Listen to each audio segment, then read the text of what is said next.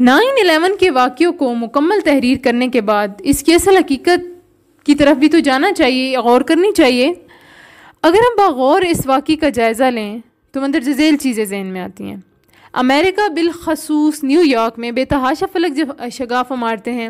ان عمارتوں میں اول تو ورلڈ ٹریڈ سینٹر کو ڈھونڈنا ہی بہت مشکل ہے، پھر اس کو صحیح نشانہ بنانا اس سے بھی زیادہ مشکل ہے۔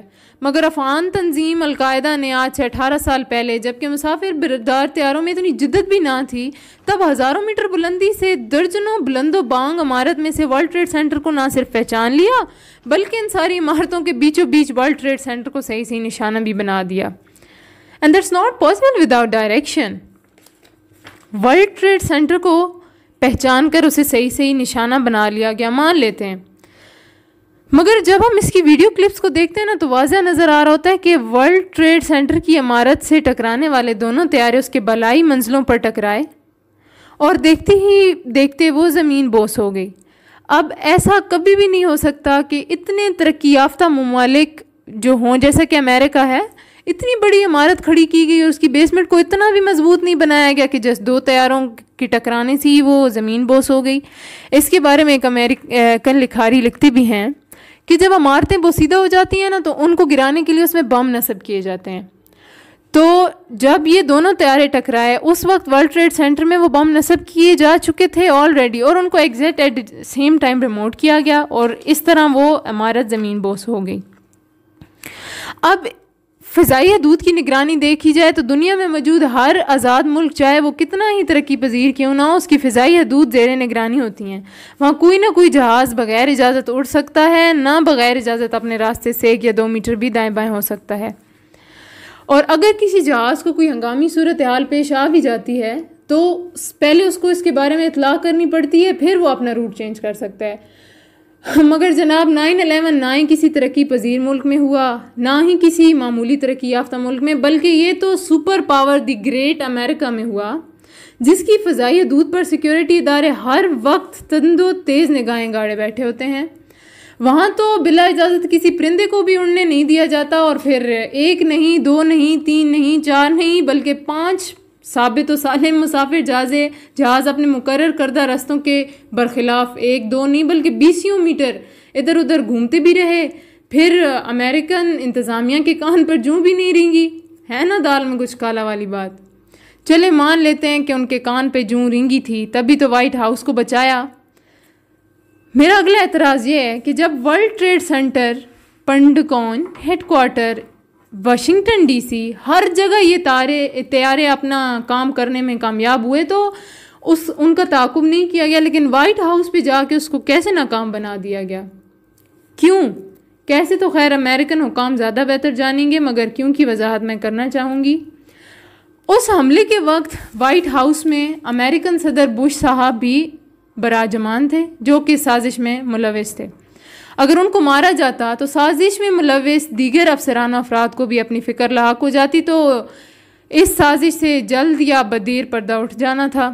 اسی لیے امریکہ کو وائٹ ہاؤس کے حملے کو ناکام بنانا بہت ضروری تھا، اور وہ اتنا بھی اب خود کو بدنام نہیں نہ کرنا چاہتے تھے کہ دنیا کہے کہ اتنا ہی ان کا ڈیفنس پاور جو ہے وہ کمزور ہے کہ اپنے صدر کو بھی نہیں بچا سکے۔ اب تقریباً افغانستان میں یہ جنگ 1 دہائی سے زیادہ ہو چکا ہے، چھڑ چکی ہے، نہ امریکہ کو اپنے وہ فوائد ملے جو ان کا خواب تھا وہ پورا نہیں ہوا۔ اب امریکہ پتلی گلی ڈھونڈ رہا ہے، کوئی راستہ ڈھونڈ رہا ہے، کبھی پاکستان سے مدد طلب کرتا ہے تو کبھی طالبان سے، کہ ابھی اسے واپسی کا راستہ نہیں مل رہا۔ اس حوالے سے مجھے ایک کہاوت یاد آتی ہے، ایک سوداگر کا ایک بندر تھا۔ سوداگر نیند میں تھا کہ اس کی ناک پہ ایک مکھی آ کے بیٹھی جو اس کی نیند میں خلل پیدا کر رہی تھی۔ اب جب بندر نے دیکھا کہ مالک کی نیند میں خلل پیدا ہو رہا ہے تو اس نے تلوار اٹھائی، بندر تھا نا، مکھی کو اڑانے کے چکر میں اس نے اپنے مالک کی ناک ہی اڑا دی۔ تو امریکہ کے بھی یہی سیم ابھی سچویشن ہے کہ وہ جو کچھ سوچ رہے تھے، جس کے لیے انہوں نے اتنی بڑی سازش رچائی، اس میں تو وہ کامیاب نہیں ہو سکے، بالکل بھی نہیں ہو سکے، لیکن اب ان کو واپسی کا کوئی راستہ بھی نہیں مل رہا۔ بری حالت ہے بیچاروں کی۔ بائی دا وے اب اس کا نتیجہ کیا ہوا؟ امریکہ نے جو کچھ چاہا وہ تو نہیں مل سکا، لیکن اب دہشت گردی کا کوئی بھی واقعہ کہیں بھی پیش آتا ہے تو اس کو ہمیشہ کے لیے اسلام مسلمانوں سے منسوب کر دیا جاتا ہے۔ ہم آہ بھی بھرتے ہیں تو ہو جاتے ہیں بدنام، ہم آہ بھی بھرتے ہیں تو ہو جاتے ہیں بدنام، وہ قتل بھی کرتے ہیں تو چرچا نہیں ہوتا۔ 9/11 بھی ہو گیا، اس کا بدلہ بھی امریکہ نے لے لیا، مگر نتیجہ کیا نکلا؟ آج یہ حالات ہیں کہ امریکہ کو افغانستان میں منہ کی کھانی پڑ رہی ہے۔ بہرحال آج ہم امریکہ کی حقیقت جانتے ہوئے بھی آپس میں لڑ رہے ہیں، مگر پھر بھی اس فتنہ پرور امریکہ کے پاؤں دھو دھو کے پی رہے ہیں، گھٹ گھٹ کر جی رہے ہیں۔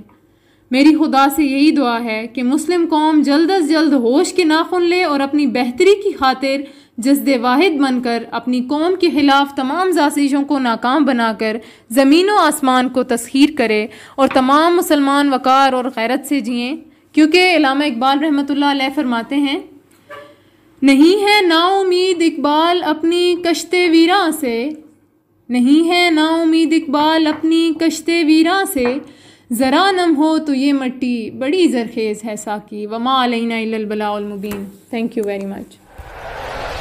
ہمارا پرچم یہ پیارا پرچم، یہ پرچموں میں Thanks for watching. Drop a like, leave a comment, and don't forget to subscribe.